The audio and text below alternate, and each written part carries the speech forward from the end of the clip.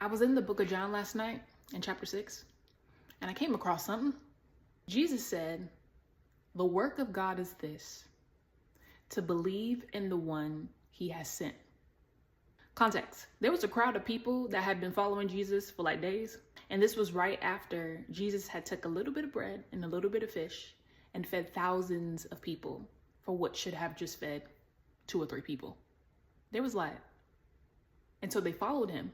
And when they finally caught up with him, they said, "Rabbi," they said, "Teacher, we saw what you did the other day.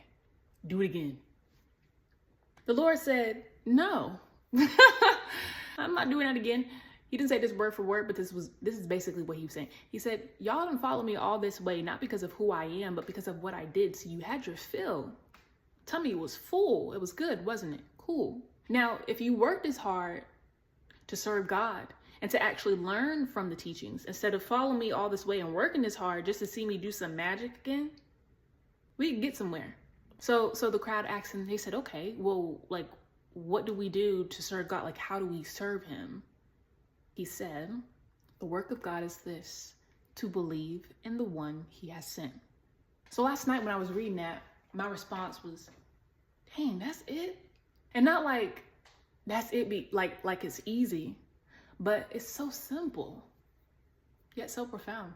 I have the same response in the book of Ecclesiastes at the end, when Solomon says, "The duty of all mankind is to fear the Lord and to obey his commands." I don't know for you, but for me, it paints this bigger picture of how you and I ought to be serving God. That at the core of our serving him is belief and obedience. So I'm saying all these things, and the point of me making this video is something I've been thinking about, is why people are struggling with the faith today. I think people are struggling because people are struggling with believing. And not just like in general, but believing in Jesus. And so when I think about that, I think about, where did their disbelief start? In the women's group that I lead, that's one of the things that we talked about. We talked about our journey of faith, but we talked about what our first exposure was to the Bible, what our first exposure was to church, to God, so forth and so on, and how that has shaped our faith into what it is today. We were saying how when we were younger, we were taught the rules. We were taught about the Bible, like we were taught all the obligational things, and we were taught about the church culture, but we never really encountered Christ. And so today, as young adults, as young women, when we're experiencing some very hard things in life, we don't have anything solid to believe in. But then I got to thinking, I said, you know what?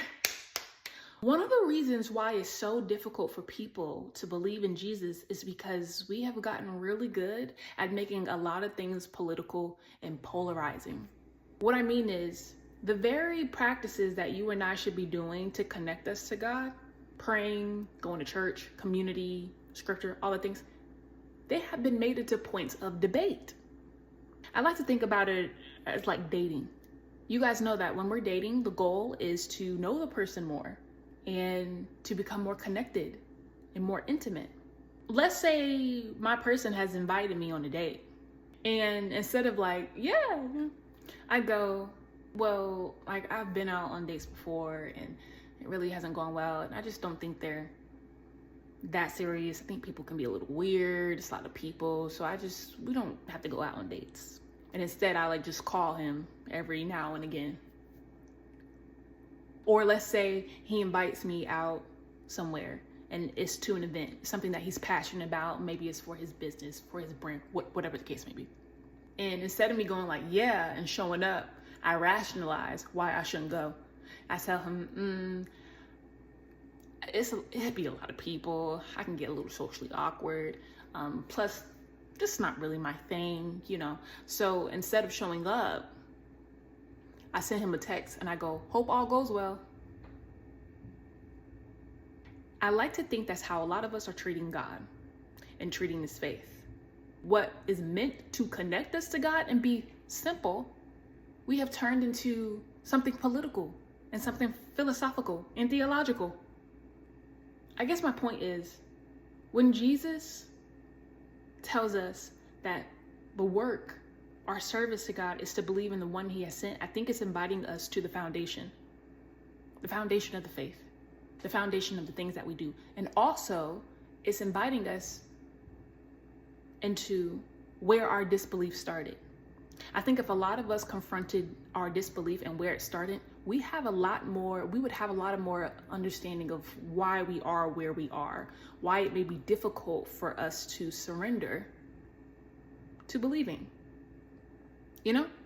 Let me know what you think.